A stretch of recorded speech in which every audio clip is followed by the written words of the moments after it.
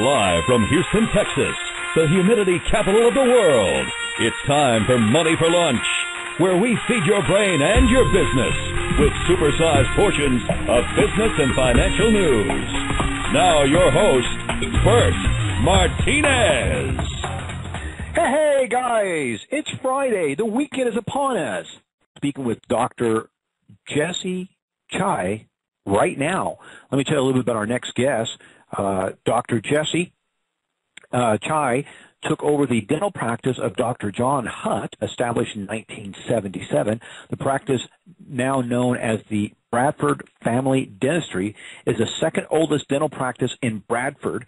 Dr. Chai has taken a special interest in orthodontics, cosmetic dentistry, implants, and headaches, things like TMD.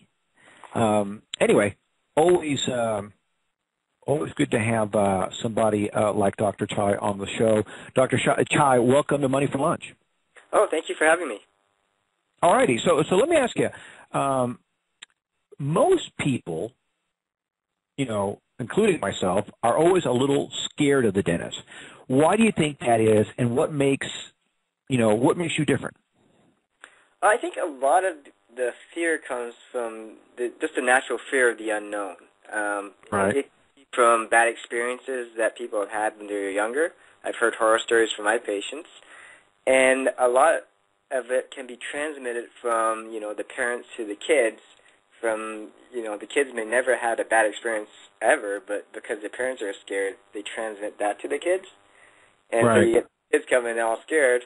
And some parents are really funny. I find that because they use going to the dentist as a punishment. So what do you expect is going to happen? Because they're already scared out of their mind before they even sit in the chair. So I think a lot of it's obviously a lot of it's mental because of either bad experiences or what they think is going to happen versus what is the reality, which is most of the time it's a pleasant experience. And I think that also, I think that obviously technology has changed quite a bit. I remember it's changed quite a bit, yes. Yeah, even simple stuff. When doing impressions, the goop or whatever the impression gel that they use now is completely different than the kind of stuff they used when I was a kid. When they when they put that goop in your mouth as a kid, it was almost like super glue. And, yes. you go to extract that stuff out of your mouth, and you're pulling a jaw, right with you. Nowadays, it's not that bad, and I don't want to gross anybody out, but it doesn't taste as unpleasant as it used to either. That is very true. Very true. Now, let me ask you this. I'm curious, what drew you to dentistry? What made you want to become a dentist? Oh, what made me, when I was growing up, when I was young, I used to watch a lot of cartoons and read a lot of comic books and things like that. So a lot of, Super Friends and G.I. Joe and Transformers, that kind of thing. So it was a lot of good versus evil type of thing. Right. And when I was growing up, I had asthma, so I couldn't, I was not very physically active in as far as being able to do that kind of stuff. So I knew that if I was going to help people and be a hero of any sort, it would have to be a healer, so a doctor of some sort. And so that kind of put me on the path to want to be a doctor and to help people in that way. And, that led me over time to become a dentist. So, I treat people so that they can live longer, healthy lives. I love it. Which, ultimately, like what do you call it?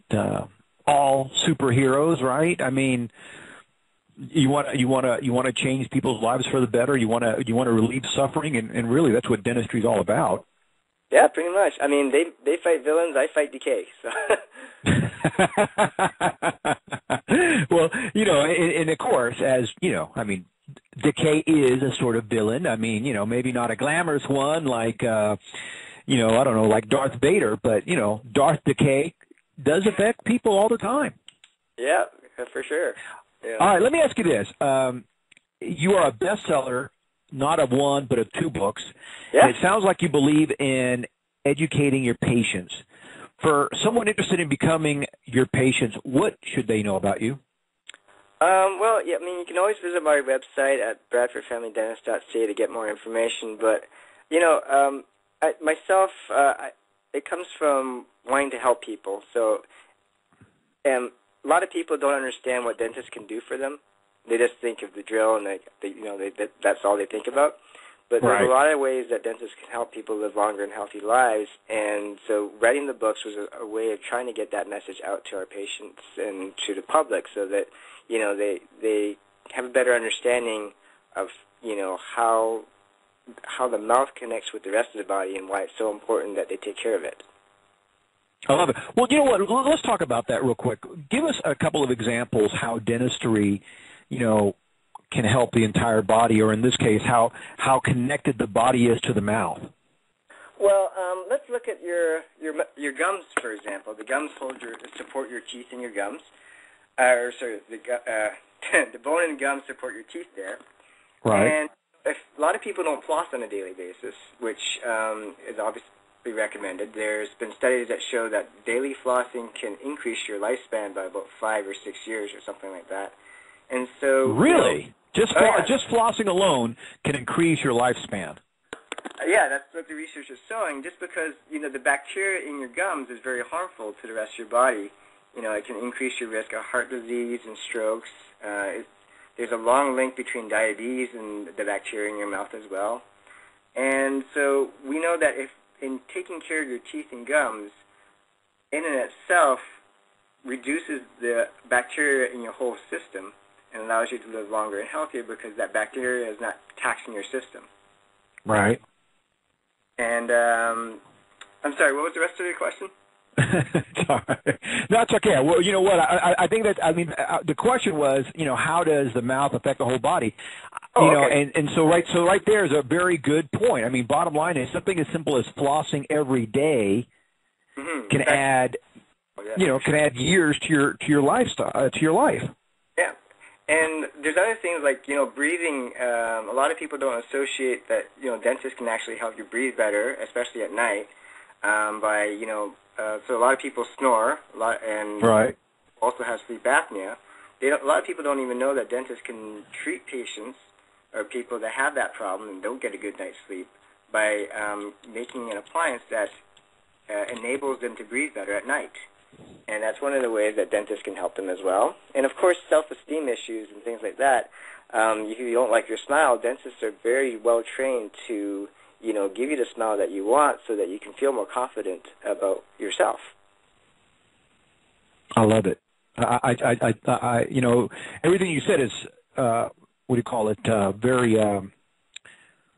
very accurate in the sense that I've met multiple people who are aware that they have really just horrible teeth or a horrible smile, and therefore they don't want to smile. And it does diminish your quality of life. And so, again, something as simple as feeling self-conscious about your smile all of a sudden, spills into other areas of your life. Oh, for sure. See it every day. I love it. Absolutely. Hey, let's see. We are basically out of time, and just good information. I'm blown away by the whole, floss and live longer deal. And either way, it's been really good having you on the show. And you guys can check out more about Dr. Chai at BradfordFamilyDentist.ca. Dr. Chai, thank you so much for stopping by. Thank you so much, Bert. All righty. We'll talk to you later. Tune in Monday through Friday here on Money for Lunch, and check out our website at moneyforlunch.com.